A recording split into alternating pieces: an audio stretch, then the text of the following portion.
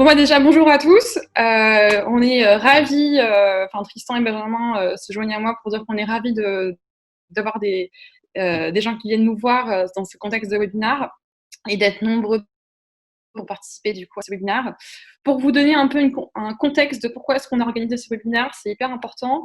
Vous le savez, il y a eu une actualité qui a été euh, assez atypique, qu'on n'a pas connu en tout cas jusqu'à présent, et qui a forcé du coup l'écosystème à s'adapter du coup au télétravail. Donc pour certains d'entre vous, le télétravail c'était la norme, c'est quelque chose que vous faisiez déjà et peut-être même à 100% du temps. Nous, en tout cas, personnellement, chez Urban Linker, c'est quelque chose qu'on ne connaissait pas ou qu'on ne faisait pas de manière quotidienne. Et on a dû, du coup, s'adapter à cette période, s'adapter au niveau business, s'adapter aussi au niveau social dans l'entreprise, hein, parce qu'avant, on avait la pause machine à café, maintenant, on l'a plus. Et également, on a dû adapter l'expérience candidat. On avait soit pour nos clients en tant que cabinet, soit pour nos clients et soit pour Urban Linker en interne lorsque l'on recrutait.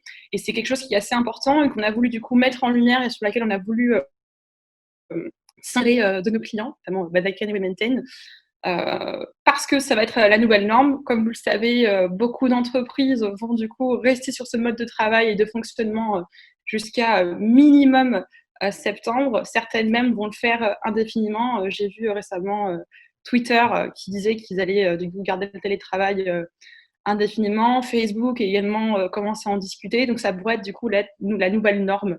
Donc, c'est intéressant de savoir comment est-ce qu'on peut garder une expérience candidate intéressante, surtout que si un jour vous avez été candidat dans une entreprise, vous savez que l'expérience candidat, que le moment des entretiens est quelque chose qui va vraiment marquer et guider votre intégration dans l'entreprise. Souvent, quand on intègre une entreprise, on se souvient du moment où on a postulé. C'est quelque chose qui nous a marqué, c'est quelque chose qui nous a aidé à prendre la décision. Donc c'est quelque chose qu'on a voulu vraiment voir avec nos collègues de WeMaintain et de Badaken.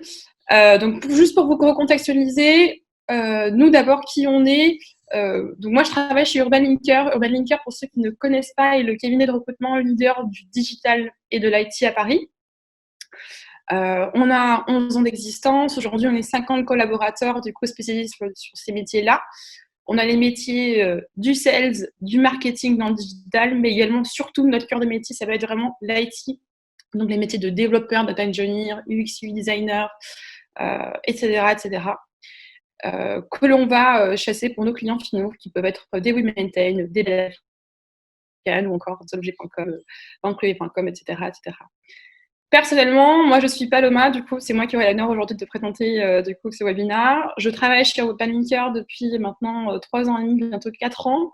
Je suis tech recruteur et je suis également la responsable du pôle formation qui en 2 mots permet de former les recruteurs à la tech et les tech au recrutement. Voilà. Si jamais vous avez des questions sur Urban Linker, encore une fois, vous pourrez les retrouver sur nos réseaux sociaux, sur LinkedIn, sur YouTube et sur Twitter. Du coup, je voudrais aussi qu'on présente nos invités. Peut-être Benjamin, tu peux te présenter Badaken à ton tour. Bien sûr, merci Paloma. Donc, je suis Benjamin Lebas, je suis l'un des cofondateurs de Badakan. Nous sommes une solution dans les ressources humaines et on permet à nos clients de gérer et de staffer toutes leurs missions de courte durée. Typiquement, vous êtes un hôtelier, un restaurateur par exemple, vous avez une base d'extra, vous pouvez gérer le planning et vous pouvez également faire appel à Badakan s'il vous manque du personnel et on va mettre à disposition du personnel pour nos clients. Et juste pour contextualiser la société, on a un peu plus de 3 ans d'existence, on est en forte croissance, on est une vingtaine et nous sommes touchés par le sujet puisque nous avions des recrutements en cours à venir et on a initié également des recrutements pendant cette période. Top, on a hâte de savoir tout ça. Super. Peut-être Tristan, toi aussi, tu peux prendre la main et te présenter. Ouais, bonjour à tous. Donc, je suis Tristan Fourreur, cofondateur et CTO de WeMaintain. On existe depuis quelques années, aussi depuis 3 ans, et nous, en fait, ce qu'on fait, c'est qu'on transforme la maintenance du moyen de transport le plus utilisé au monde, qui est l'ascenseur, contrairement à ce que certains pourraient penser. Et aujourd'hui, donc, on développe des outils pour que les techniciens soient mieux valorisés, mieux rémunérés, qui leur permettent d'être autonomes dans leur métier, et également pour les clients, pour mieux comprendre leur parc. Et on développe aussi du hardware, de l'IoT qu'on installe, par exemple, sur les ascenseurs pour faire de la maintenance préventive et à terme faire de la maintenance prédictive. Donc, on est une société dans laquelle on a beaucoup de métiers différents, des profils qui viennent de l'industrie, des profils très tech, du hardware, On est sur 2 pays, on devrait être sur 3 pays d'ici à la fin d'année. On est un peu plus d'une cinquantaine. On est en forte croissance. Il y a un an, on était encore 25. Donc, chez nous, le recrutement, il est assez intense. On a beaucoup évalué et retravaillé notre process de recrutement, notre process d'onboarding. Et il a pas mal été challengé sur les 2 derniers mois. Et du coup, je serais ravi de vous partager un petit peu et de vous faire un retour d'expérience là-dessus. Bon, trop bien, on a hâte de savoir. Bon, alors on va peut-être commencer du coup par toi, Tristan, vu que tu as commencé à nous tendre la Ouais. perche. Ce qu'on voudrait savoir surtout d'abord, c'est que je crois que chez WeMaintain, vous avez notamment adapté vos processus de recrutement à cette période de télétravail qui est assez nouvelle pour nous tous. Est-ce que tu peux nous en parler un petit peu? Ouais, alors en fait, il y a quelques petites choses qui ont changé dans notre processus de recrutement, mais aussi, il était dès le début fait pour être assez friendly avec le remote justement. Il faut savoir que même si avant le confinement, donc on n'a jamais eu de recrutement fait entièrement à distance avant le confinement. On faisait déjà parfois certaines étapes du process à distance parce qu'on a une équipe dans laquelle on autorise le remote à volonté de base, même si le confinement va venir challenger un petit peu tout ça. Et donc, on permettait déjà aux équipes de faire les entretiens à distance parce qu'on avait mis des outils en place qui aident grandement à ça. Au début, on faisait un petit peu ça de manière déstructurée, sans processus. On n'avait pas d'ATS et donc pour ceux à qui ça ne savent pas, un ATS, donc un Applicant Tracker System, c'est un outil qui est vraiment fait exprès pour gérer un pipeline de candidats, les évaluer et vraiment traiter les candidats un petit peu à la manière d'un CRM, avoir tout un pipeline avec les différentes étapes qui peuvent varier de poste en poste. Mais en tout cas, c'est depuis 1 an et demi, je dirais, que nous, on se tient d'une manière vraiment très stricte au suivi d'un process. Donc, et ça aide grandement le recrutement de notre côté à distance et ça permet aussi d'offrir quand même une expérience qui est un petit peu plus claire aux candidats. Mais ce qu'on fait vraiment, c'est que on définit bien en amont une scorecard pour chaque poste avec la liste des compétences soft et hard qu'on va attendre chez chaque candidat et puis les différents donc, interlocuteurs qu'il aura aux différents niveaux. Et ça, évidemment, ça va varier de poste en poste. Mais par contre, nous, spécifiquement pour l'expérience candidat à distance, ce dont on s'est rendu compte, en fait, déjà une première chose, c'est que les candidats, maintenant, il y a un changement de paradigme un petit peu dans la tête des candidats aussi sur ce qu'ils cherchent. Et tout particulièrement dans mon domaine, donc sur des postes dev, qui est un poste où le marché est déjà très pénurique, on se rend compte que les candidats vont être de plus en plus exigeants avec ce que l'employeur va pouvoir apporter comme flexibilité sur le travail. Et nous, c'est un vrai point fort en plus, justement, d'amener le fait qu'on est remote friendly et qu'on autorise même maintenant le remote à volonté. Et on est même en train de considérer l'option d'avoir des personnes en CDI qui sont à l'autre bout de la France, voire dans d'autres pays.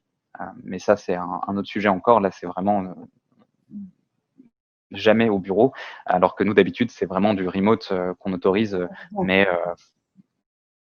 illimité, mais quand même avec la possibilité de se voir en physique, quoi. Et donc dans nos entretiens, ce qui a changé et qu'on pense voir les candidats assez sensibles, c'est aussi donc de passer plus de temps sur les soft skills, passer plus de temps à comprendre vraiment les motivations du candidat, à essayer de bien vérifier aussi le fit culturel et humain. Et c'est parfois assez difficile d'ailleurs de sonder cet aspect en ligne. Et donc, ce qu'on fait pour ça, qu'on faisait déjà avant en physique, mais qu'on a renforcé, c'est en bout de process, d'avoir des personnes aléatoires dans l'équipe, même pas forcément de l'équipe que rejoindrait le candidat, qui vont avoir un entretien formel. On va prendre 3-4 personnes aléatoirement dans l'équipe qui vont passer une demi-heure à 45 minutes avec le candidat sans aucun sujet précis à discuter, vraiment en discussion libre pour répondre aux candidats et pour véhiculer un petit peu notre culture, voir un petit peu comment les personnes chez nous se sentent, leur poser des questions vraiment sans aucun tabou, et pour que aussi les personnes, elles, se portent garantes pour nous de notre culture et du fit humain qu'on espère retrouver aussi avec cette personne. C'est difficile de jauger cet aspect-là entièrement à distance parce qu'il y a plein de petites choses qu'on n'a pas, de communication par le body language, etc. Mais ce qui est sûr, c'est on a beaucoup plus de buy-in de la part de notre équipe quand n'importe qui dans l'équipe peut être sollicité pour participer au recrutement de n'importe quel type de profil et pour servir de filtre. Ça renforce aussi l'expérience du candidat, de montrer qu'on a ce niveau-là de transparence, qu'on les met pas juste avec des recruteurs, mais aussi avec des sales, des ops, des techniciens, Rien à voir avec vraiment ce que c'est chez nous, quoi. Bien, super. Cet entretien-là, du coup, vous le faites en dernier lieu. C'est du coup le dernier entretien. Ouais, on le fait dans le même temps avec l'entretien fondateur aussi, puisqu'on essaie pour chaque candidat, on est 3 cofondateurs, qu'au moins 2 de nous 3 aient vu chaque candidat. Et il dure combien de temps ce genre d'entretien? 30 à 45 minutes environ. On laisse déborder un petit peu, mais pas plus. Ok. Et vous avez eu un bon retour des candidats juste après? Ils vous en ont parlé ou est-ce que c'est quelque chose? Ouais, en effet, on a eu beaucoup de retours de candidats là-dessus. En fait, voilà, il y a 2 choses. Donc, on le fait à la suite, l'entretien founders et l'entretien avec des membres de l'équipe. On a eu des retours très positifs sur ces derniers entretiens. L'entretien fondateur est important aussi, tant que vous pouvez vous le permettre, s'il y a des personnes ici qui sont dans ce cas. C'est important aussi pour transmettre une vision. C'est pas forcément ce qui va fonctionner et motiver tous les candidats. On sait qu'il y a des profils tech qui, eux, vont choisir l'opportunité dans laquelle il y aura la tech la plus complexe, le plus de challenge, mais il y a aussi beaucoup de candidats donc, qui vont être séduits par une vision et par une mission, et c'est important de leur transmettre ça. Et et ça change pas spécialement comparé à l'avant-confinement. Mais par contre, la culture et cet aspect donc humain, on a eu beaucoup de candidats qui nous ont dit que ça a été vraiment le point qui les a convaincus parce qu'ils ont vu qu'en fait, ce qu'on proclamait en entretien sur notre culture, sur notre façon de communiquer, sur nos valeurs, sur la bienveillance, qu'en fait c'était réel, c'était pas juste des mots-clés, c'est de voir les personnes de notre équipe interagir entre elles, comment elles communiquent, comment elles ont l'air d'émaner le bien-être, parce qu'on essaie vraiment de pousser le bien-être au travail chez nous. Ça, en fait, c'est très réel, ils voient que c'est pas du bullshit, et ça se transmet très bien, même à distance. Oui, je vois très bien ce que tu veux dire. C'est que quand on va dans un entretien, normalement, on voit les locaux, on voit la déco, on voit les gens, comment est-ce qu'ils interagissent ensemble, comment est-ce ils travaillent ensemble. Donc, tout à fait, c'est vraiment important de véhiculer ça également au télétravail. Je vois très bien ce que tu veux dire. C'est super. Bon, hyper intéressant. Bon, Tristan, on reviendra vers toi. Tu vas nous parler après de l'onboarding, mais du coup, on va s'intéresser aux équipes de Badakan. Benjamin, je crois que vous, côté onboarding, vous avez mis vraiment un nouveau process. Tout à fait. Hyper bien câblé. Est-ce que tu peux nous en parler? Tout à fait. Et juste avant, je veux quand même revenir sur ce qu'a dit Tristan et sur l'expérience candidat, qui est vraiment clé et critique. Et pour nous, pour le coup, on s'est adapté comme tout le monde et nos entretiens qui étaient en physique, on les a fait en visio. Mais là où on n'a pas réussi à délivrer la même expérience candidat, pour le coup, c'était sur les profils techniques. Donc, et notamment sur les tests techniques, puisqu'en fait, on les faisait sur place dans nos locaux. Et il se trouve qu'on avait créé des tests maison, et quand on a essayé de le transposer, de le transposer en ligne, on a eu des retours de nos candidats qui n'étaient pas, qui étaient un peu surpris par le déroulé, et ça répondait pas à leurs attentes. Et pour le coup, comme Tristan l'a dit, sur les profils techniques, c'est pénurique. Dès lors, avoir une bonne expérience candidat permet d'attirer des bons profils et de pas se fermer des portes. Ce qui est dommage, c'est d'avoir sélectionné des bons candidats et de les perdre parce qu'il y a eu du quiproquo. Et pour le coup, nous, ce qu'on a fait, c'est qu'on a testé une solution qui était une première pour nous, c'est Coding Games. Et pour le coup, on a trouvé une plateforme assez intuitive et facile à mettre en place. En un jour, hein, on l'a fait après un call chez eux, et pour le coup, ça nous a permis d'aller jusqu'au bout avec un profil tech pendant cette période. Donc, est-ce que tu peux juste expliquer ce que c'est que Coding Games pour ceux qui ouais. connaissent?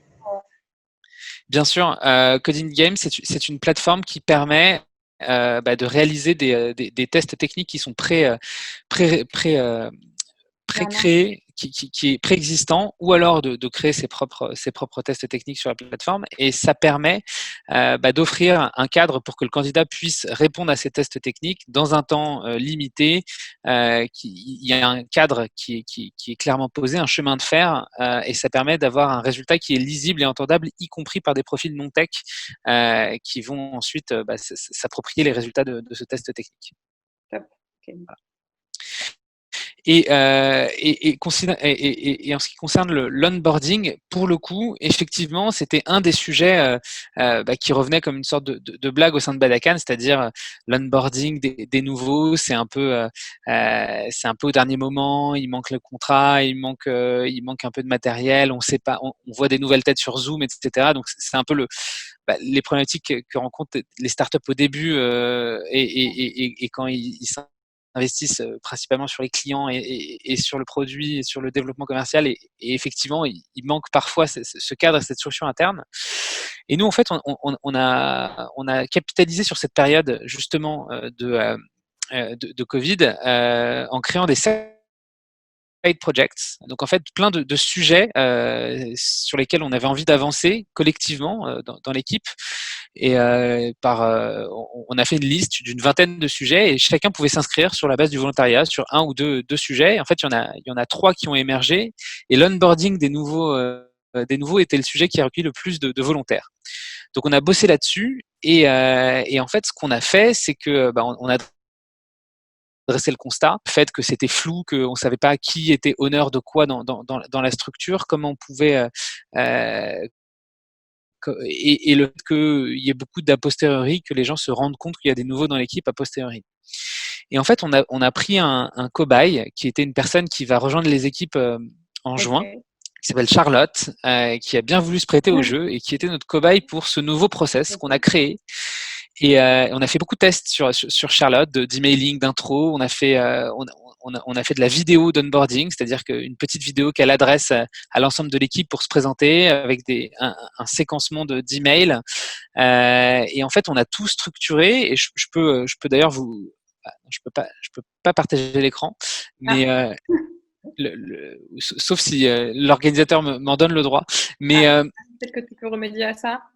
Mais toujours est-il que voilà, on a tout structuré sur Notion avec une FAQ très claire de toutes les questions basiques, etc. Et également, parce qu'il y a une liste c'est un exercice un peu imposé, l'onboarding, avec des grands classiques. Et ce qui est important, c'est vraiment de se l'approprier avec sa propre culture d'entreprise. Et également, on y a mis notre plateforme de marque pour véhiculer la vision, dont parlait Tristan également, qui est très important pour les nouveaux venus. Mais également, on a fait une sorte de chasse au trésor. C'est-à-dire qu'il faut trouver, on nous donne 3 anecdotes sur des personnes dans l'équipe, on ne sait pas de qui il s'agit, et il faut aller créer du lien et essayer de trouver à qui appartiennent ces anecdotes, qui changent à chaque fois. En fait, on a fait un grand jeu de compilation d'anecdotes. Par exemple, je vous donne un spoiler, la mienne, c'est que je faisais du ruban en GRS quand j'étais petit. Voilà. Donc, maintenant, tout le monde le sait sur ce webinaire. Mais il faut aller creuser, chercher l'info, et ça permet, et surtout en période de distanciation, de recréer du lien et d'essayer nous on a essayé de le recréer et de recréer ce pan important de notre culture d'entreprise via de la gamification. Du coup, le format, c'est quoi? C'est Charlotte qui était nouvelle, qui avait son secret, tu avais le tien et quelqu'un d'autre aussi, on devait trouver entre nous, du coup. Le format, c'est que Charlotte, elle a trois statements, trois affirmations qui concernent 3 personnes, et elle a 1 mois pour trouver, pour relier les 3 affirmations aux 3 personnes. Ok, super idée. Ok. Et du coup, tu avais travaillé sur quoi d'autre de cours au niveau onboarding? Alors, sur l'onboarding, également les aspects un peu plus prosaïques, c'est-à-dire tout ce qu'on peut anticiper, la mutuelle, le contrat, tous ces éléments-là. Et en fait, ce dont on s'est aperçu, c'est que on a bossé 1 mois et demi sur l'onboarding et on a quand même réussi à signer le contrat de travail avec 3 jours de retard sur un nouvel arrivant pendant cette période. Donc, en fait, l'ownership est super important important et on a retravaillé vraiment l'ownership de chaque sujet avec l'office manager, le département RH, le manager, le N+1 et les fondateurs. Et en fait, on a fait un arbre en fait d'ownership qui nous permettent vraiment de savoir qui est responsable de quoi. Et ce qu'on a fait, c'est on s'est fait sur Notion également une checklist pour chaque intervenant justement dans l'onboarding et qui nous permet de savoir très en amont pendant le premier jour et la première semaine qui est responsable de quoi avec des alertes. Et en fait, on duplique la fiche à chaque fois dans Notion pour que on refasse ces ownership et qu'on s'améliore sur le process. Mais pour le coup, c'est très itératif, c'est-à-dire qu'il y a eu pas mal de loupés même après un mois et demi parce que c'était du travail en chambre finalement. Et c'est au contact des nouveaux arrivants qu'on peut faire évoluer l'outil. Mais en gros, si on devait résumer, le process d'onboarding, il est réussi s'il est efficace, s'il est aligné avec la culture d'entreprise et si il est maintenable avec un ownership très très déterminé. C'est vraiment ça c'était nos insights pendant cette période. Top. Benjamin, Marie me dit que tu peux partager ton écran si tu veux nous montrer du coup ce que tu voulais nous montrer. Yes, bien sûr. Magnifique. Alors, hop là. Ce qui manquait évidemment et que beaucoup de boîtes ont, mais nous c'était hop là. Je ne sais pas si vous voyez mon écran désormais. Ouais, voilà. Donc en fait, on a rassemblé ici tout ce qui était relatif à l'onboarding du nouvel arrivant avec la semaine type, la FAQ, sa to-do list super importante avec les éléments de chasse au trésor également, mais ce qu'il y a à faire, fait, etc. Et avec des éléments de contexte sur chaque élément. Ce qui nous manquait énormément, c'était le trombinoscope qui était on a une grosse équipe répartie sur pas mal de sites différents, y compris géographiquement et en fait avec des petites mentions sur chacun, ça nous a permis de donner du corps, de la chair là-dessus sur cet onboarding. D'accord. Et du coup, ça s'est partagé pour le nouvel arrivant et pour toutes les équipes ou seulement son manager? Comment c'est organisé du coup? Alors, pour le coup, on a des éléments qui sont communs. Pour la to-do list, on a fait des spécificités par département pour l'instant. Et en fait, on voit également que selon les profils qui arrivent, il va falloir créer des cartes à la main parce qu'il y a des spécificités pour chaque nouvel arrivant. On peut pas non plus, en tout cas à notre sens, modéliser 100% de l'onboarding. Il faut beaucoup d'humains et surtout en contexte de distanciation, renforcer l'empathie et le contact et surjouer les meetings du premier jour, du deuxième jour, de la première semaine. Enfin, c'est vraiment quelque chose à accentuer parce que ça permet de capter également les signaux faibles de l'équipe. Et j'ai une dernière question. J'ai vu là du coup dans ton partage d'écran que tu parlais notamment de déjeuner avec les arrivants. Ouais. En contexte de télétravail, c'est assez. On a fait des e-déjeuners. Ouais, voilà, d'accord. On a testé ça. Ça marche mieux pour un verre finalement. Ouais. Voilà, c'est pas forcément très pratique pour le déj. Donc on les retransforme en e-apéro pour le coup. D'accord. Donc vous avez quand même réussi à adapter. On a réussi à adapter. Après, effectivement, la fluidité. En tout cas, nous, on n'a pas atteint encore le niveau de fluidité que l'on avait lors du physique. Enfin, bon, ça va arriver. On va étendre, hein, on va essayer, mais ouais. Il n'y a pas de souci. Bon, c'est super intéressant en tout cas tout ce que vous avez fait. D'ailleurs, je pense que vous, Tristan, aussi de votre côté, niveau onboarding, vous avez eu aussi pas mal d'idées assez innovantes. Est-ce que tu peux nous en parler un petit peu? Oui, tout à fait. Déjà, il y a beaucoup de choses qui sont donc très similaires avec Benjamin. On utilise aussi d'ailleurs Notion comme base de connaissances, qui est un outil qui est vraiment formidable et on s'en sert. Et je recommande aussi très vivement de faire ce que montrait Benjamin, le trombinoscope, d'avoir une base de connaissances pour chaque nouvel arrivant. Ça, c'est vraiment la base.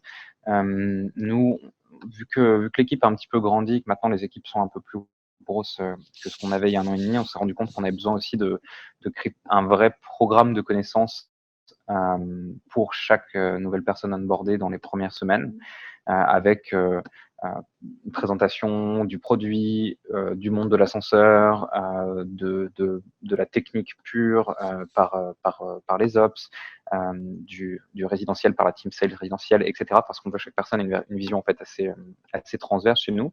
On veut pas qu'un dev soit juste un dev, mais on veut vraiment que chaque personne puisse comprendre les besoins, les problèmes des autres équipes. Et après, derrière, dans la phase d'onboarding, par contre, moi, j'ai un outil qui est super à vous montrer. Et je ne peux pas caster non plus. Je crois que Benjamin, c'est toi le host maintenant. Ah, oui, bien sûr. Alors. Et donc, il y a un outil, nous, par contre, pour l'onboarding, qui nous a facilité un petit peu la vie, même grandement d'ailleurs. Merci. Je t'en prie. Pour vous montrer ça. Et un outil pour tous ceux qui utilisent Slack. Hop.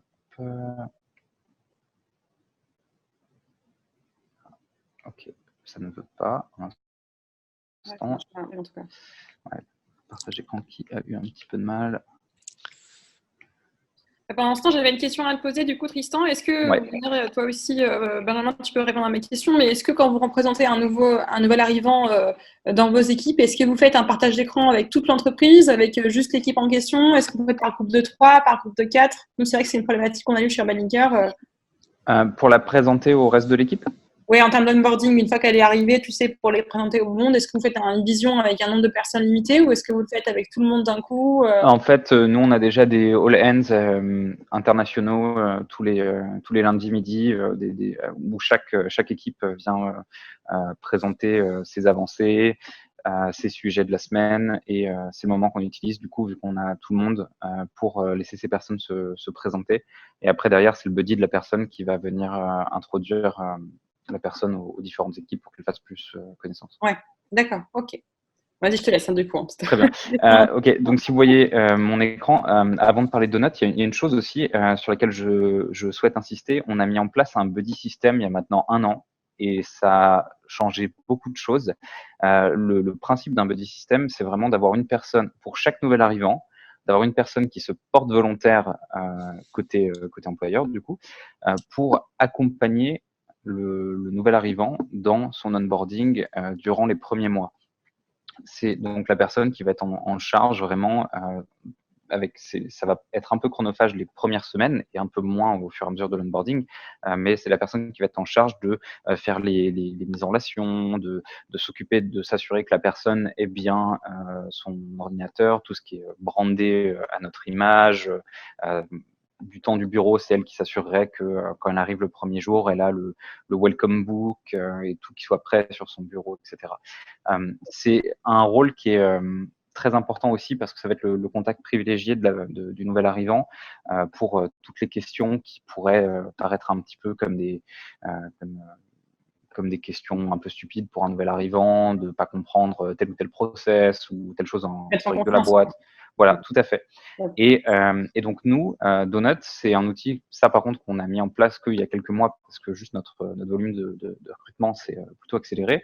Ça permet en fait de définir des templates pour chaque nouvel arrivant et avoir un onboarding en fait qui notifie les bonnes personnes au bon moment et donne des checklists, des rappels. On voit que là, par exemple, depuis février, on a onboardé 13, 14 personnes. Sur la période du confinement, on a onboardé 7, 8. Donc, ça serait difficile en fait de garder d'avoir un bon suivi si on n'avait pas un outil comme ça. Et surtout, donc pour chaque personne qui arrive, ça va nous permettre de définir les rôles clés. Et donc, pour vous montrer rapidement à quoi ça ressemble, hein, par exemple, on a lundi, semaine dernière, on a 2 personnes qui ont commencé. Si on prend Bastien, on a son manager, son buddy, la personne HR, la personne office manager qui sont en charge de cet onboarding-là. Et pour cette personne, on va avoir un calendrier qui va commencer, nous on l'a fait commencer 1 semaine avant son arrivée et qui va durer pendant les premiers mois en fait, avec les différents points, des rappels qui sont par exemple envoyés à l'office manager qui vont lui, par exemple, lui signaler que le buddy doit avoir été choisi une semaine avant, l'email d'arrivée, faire le contrat, tout ce qui est PayFit pour la rémunération, AXA pour l'assurance, créer les comptes, etc. Et après, même le buddy, on va tout au long de son onboarding, à des moments clés, lui envoyer des pages à lire dans le Notion, justement. On a plein de petites choses aussi dans notre onboarding qui sont importantes pour nous. Il y a un livre qu'on demande de lire, il y a des événements un petit peu spéciaux. Au bout d'un mois, on demande à la personne de remplir un astonishment report, qui est une pratique en fait où on demande à Encore l'employé. pardon, excuse-moi, j'ai pas entendu. Alors, ça s'appelle un astonishment report en français. Hein, ça serait un rapport d'étonnement. C'est Ok. quelque chose qui se fait pas mal aux US, mais en France, c'est assez frais encore. Mais en gros, l'idée, c'est de demander à une personne qui est fraîchement arrivée avec seulement un mois de bouteilles chez nous, ce qu'il pense de ses premières semaines, ce qui lui a plu, ce qui lui a déplu, s'il voit des choses qu'on pourrait améliorer. Et en fait, on a un template de questions qu'on pose et on sert de ça en fait pour améliorer constamment nos onboarding.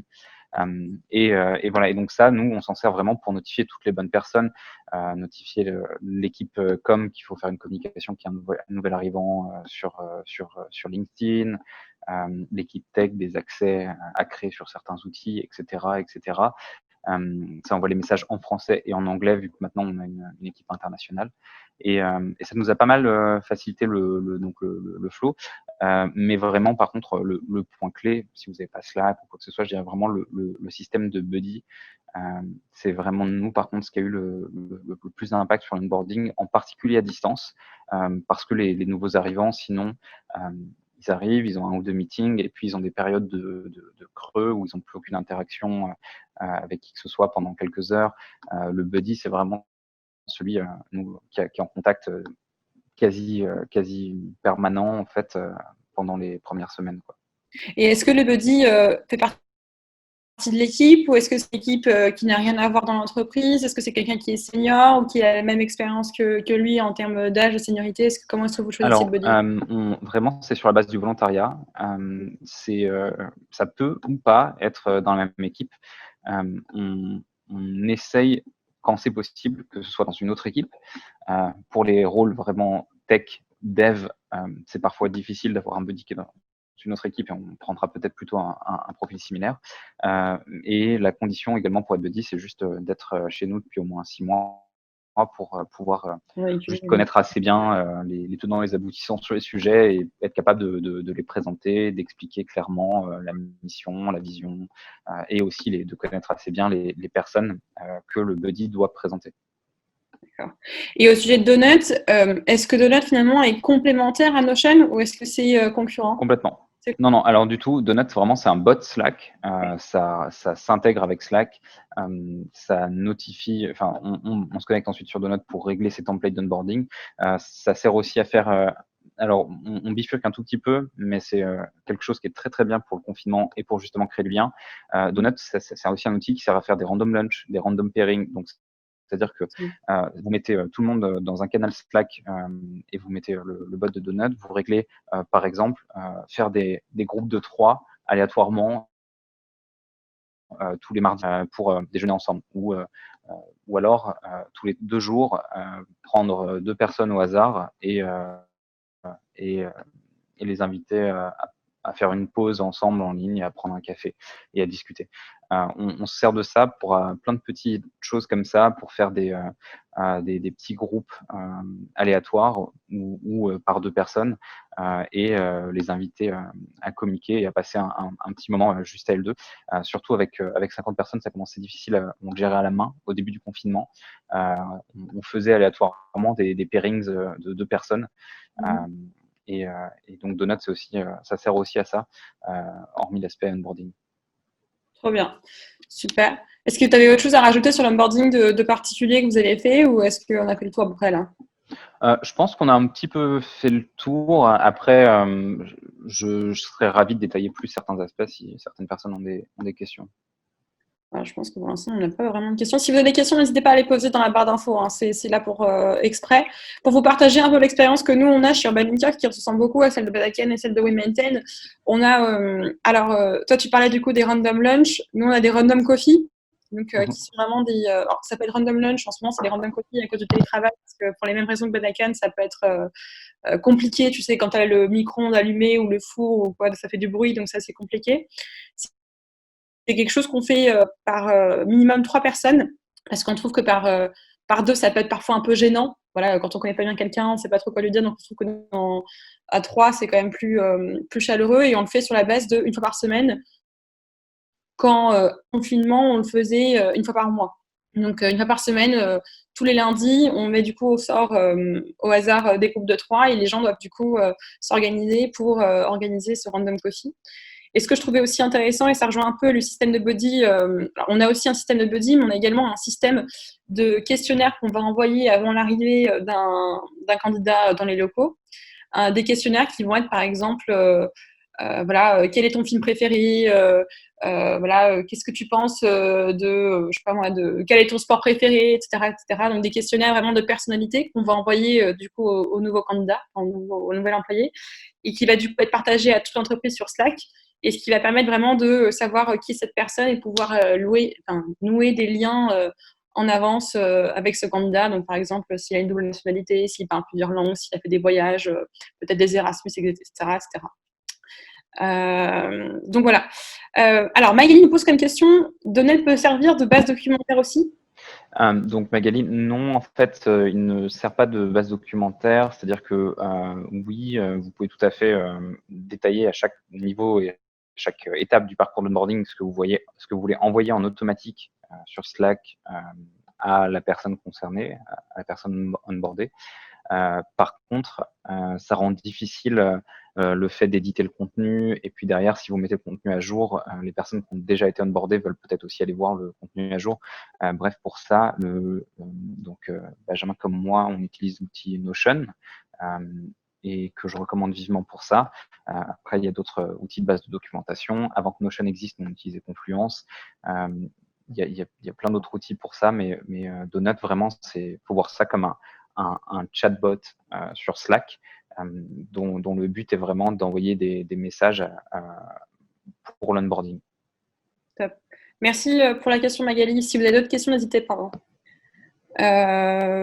Très bien. Je crois qu'on a fait à peu près le tour. En tout cas, le fin mot de l'histoire, c'est que ce que je comprends de ce que vous dites, du coup, Benjamin et Tristan, c'est que dans un contexte de télétravail, finalement, l'onboarding doit être particulièrement mieux géré. Vous avez parlé tous les deux de to-do list, de notifications, de rappels pour être sûr que tout le monde soit bien onboardé de la bonne façon et qu'on ne les laisse pas à l'abandon. Parce que j'imagine que lorsqu'on est chez soi, on est moins apte à échanger avec les autres et du coup à partager, à faire part d'une entreprise. Donc c'est hyper important. Écoutez, si vous n'avez pas d'autres questions, n'hésitez pas, c'est le moment.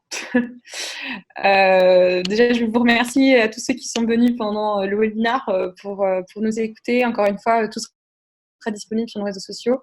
Merci à toi, Tristan, de nous avoir partagé du coup ton expérience chez Maintain. Je pense qu'il y aura beaucoup d'adhésion à Donuts et à Notion.io grâce à toi. Et merci à toi également, Benjamin, de nous avoir partagé ton expérience chez Badakan, qui a été hyper intéressant. Et je pense que pareil, Coding Game aura de gros succès grâce à toi. Donc, ils pourront peut-être te revaloir de toute manière. Voilà.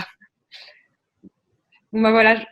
Il y a une petite question là. Quels sont les freins selon vous pour réaliser un recrutement à 100% en remote? Demande Caleb. Je peux répondre en premier. En fait, juste, est-ce que je souhaite clarifier, est-ce qu'ils sont les freins internes ou les freins du côté du candidat?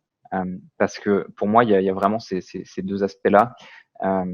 Interne, ouais, ok. Donc effectivement, ce pan-là, il est plus. Je pense qu'il y a un aspect culturel, il y a un aspect, on a un peu les carcans du monde corporate d'avant qui nous contraignent un petit peu à se dire que c'est difficile de mesurer la productivité d'une personne si on l'a pas sous la main en permanence.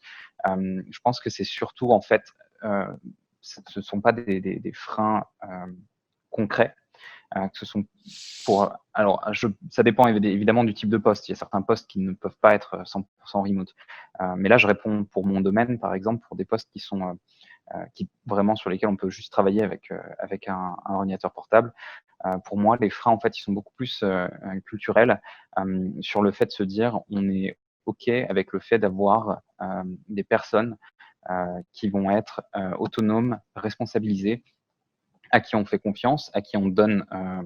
En fait, je pense que en fait, ça ne fonctionne que dans les entreprises qui essaient de se tenir le plus loin possible du micromanagement et qui se disent les personnes chez nous, on leur donne des problèmes et on leur fait confiance sur la façon dont ils vont traiter les problèmes plutôt que d'essayer de piloter des personnes et de leur donner des solutions préconçues et d'essayer de les traquer. Donc ça, c'est un gros frein qui peut exister et qu'on n'a heureusement pas chez nous. Après, je pense qu'il peut y en avoir tout un tas d'autres. Et Benjamin, peut-être tu souhaites ajouter quelque chose? Je suis en lien, Tristan. Nous, pour le coup, on est vraiment soutien de ces recrutements 100% en ligne. D'ailleurs, c'est ce qu'on fait et c'est ce qu'on faisait par le passé pour ce qu'on appelle nos badacanners, c'est-à-dire les personnes que l'on recrute pour mettre à disposition au sein de nos entreprises utilisatrices. Donc, en fait, on a testé beaucoup de choses, les entretiens physiques de groupe, les entretiens individuels, les entretiens en ligne, en visio, etc. Et en fait, on a trouvé, nous, notre martingale, celle qui fonctionne, avec des entretiens au bon moment, avec une bonne durée, une préparation d'entretien, des vidéos en asynchrone pour connaître le candidat avant de proposer un vrai entretien en visio derrière, qui fonctionne bien pour nous.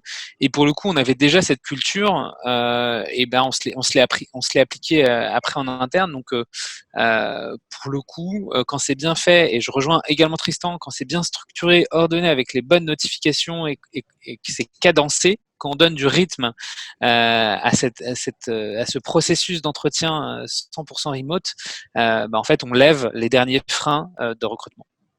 Ouais. Et on rassure le candidat surtout. Je pense qu'on donne une image d'une entreprise qui est organisée, qui sait où elle va. Et je pense que c'est important parce que je ne sais pas si vous, mais en général, on est souvent très marqué par son premier jour de travail dans une entreprise. C'est celui qui va aussi guider la suite. Donc, si on a l'impression d'un bordel ambiant, c'est vrai que ce n'est pas forcément rassurant pour la suite, quoi. Donc, c'est très important. Merci d'avoir partagé votre expérience. Et merci, Guéleb, pour la question. Est-ce qu'il y a des dernières questions à poser? N'hésitez pas, c'est le moment. Je ne sais pas si Benjamin, Tristan, vous voulez rajouter un mot de la fin? Non, je pense qu'on a par contre, il y a une chose qui sort un petit peu de la partie onboarding à proprement parler, mais que je pense être intéressante pour faire un mini retour d'expérience là-dessus. De notre côté, avec le remote, par contre, ce qu'on a vu, c'est que certaines personnes aussi ne vivaient pas très bien le remote forcé, que c'était difficile moralement pour certaines personnes qui étaient isolées sur Paris dans des studios de 12 mètres carrés, qui n'avaient pas de parents en campagne chez qui aller se réfugier pour avoir un peu de place, etc. Ce qui est sûr, c'est que ça va durer encore quelque temps. Nous, de notre côté, par exemple, on envisage très probablement une reprise qu'en septembre. Et donc, le point que je voulais amener, c'est très important de faire attention au bien-être de vos équipes dans cette période, tout particulièrement, parce que c'est difficile de passer à côté de ça. Lorsqu'on est en physique, il y a des signaux faibles qu'on ressent beaucoup plus facilement. Par contre, dans une équipe grandissante, lorsqu'on est entièrement en remote, c'est parfois facile de rater ça. Nous, on a tout un process de one-on-one toutes les semaines où les personnes font une prise de pouls, font un pulse, où elles peuvent justement évaluer un petit peu leur feeling sur la semaine. On se sert de ça pour lever des warnings à ce sujet, mais ça remplace pas le fait humain de demander fréquemment comment les personnes se sentent. Et vraiment, voilà, si un dernier point sur cette période qui est particulière, c'est vraiment de faire attention au bien-être des équipes et avoir besoin pour mieux vivre leur remote ou leur confinement. Très important de veiller au bien-être, au sentiment de solitude aussi qui peut se dégager, notamment je pense aux personnes qui vivent seules et qui sont dans des studios pour les Parisiens. C'est vrai que c'est assez compliqué, donc tu fais très bien de le dire, c'est très important. Alors il y a Andy qui répond à une question, alors moi je ne pourrais pas y répondre parce que non, recrutement. Elle dit, y a-t-il une possibilité que vous travailliez avec une ESN en remote? Alors, pour ma part, difficilement. Honnêtement, nous, on veut avoir l'ownership total de la tech. On prend ponctuellement des freelances indépendants, mais nous, de notre côté, on ne travaille pas avec des ESN, mais c'est un choix purement sur la partie technique de stratégie. Et toi, Benjamin, est-ce que ce serait ton cas ou pas? Nous, pour le coup, on travaille effectivement avec des freelances également sur des sujets spécifiques et on est en train de continuer à étoffer notre équipe en interne technique et vocation à avoir l'ownership également. C'est d'ailleurs notre enjeu, c'est de continuer à recruter des développeurs back et front. Enfin, c'est vraiment un gros enjeu et on continue à sourcer des profils pendant cette période. D'accord, donc pas de SN pour vous, quoi. Je crois que vous passez tous les deux par Urban Linker également pour tout ce qui est cabinet de recrutement, donc c'est vrai que les ESN. Oui, tout à fait. Ok. Bon, bah écoutez, merci Andy pour la question déjà. Si on n'a pas d'autres questions, on va du coup s'arrêter là. Je remercie encore tout le monde d'avoir participé à ce webinaire qui sera disponible en ligne. Merci à Benjamin et à toutes les équipes de Badakan. Merci à toi Tristan et à toutes les équipes de WeMaintain. Et je vous souhaite tout le coup une très bonne journée et un très bon courage pour la suite. Voilà. Merci beaucoup. Merci beaucoup. Bonne journée. Bonne journée. Au revoir. Au revoir.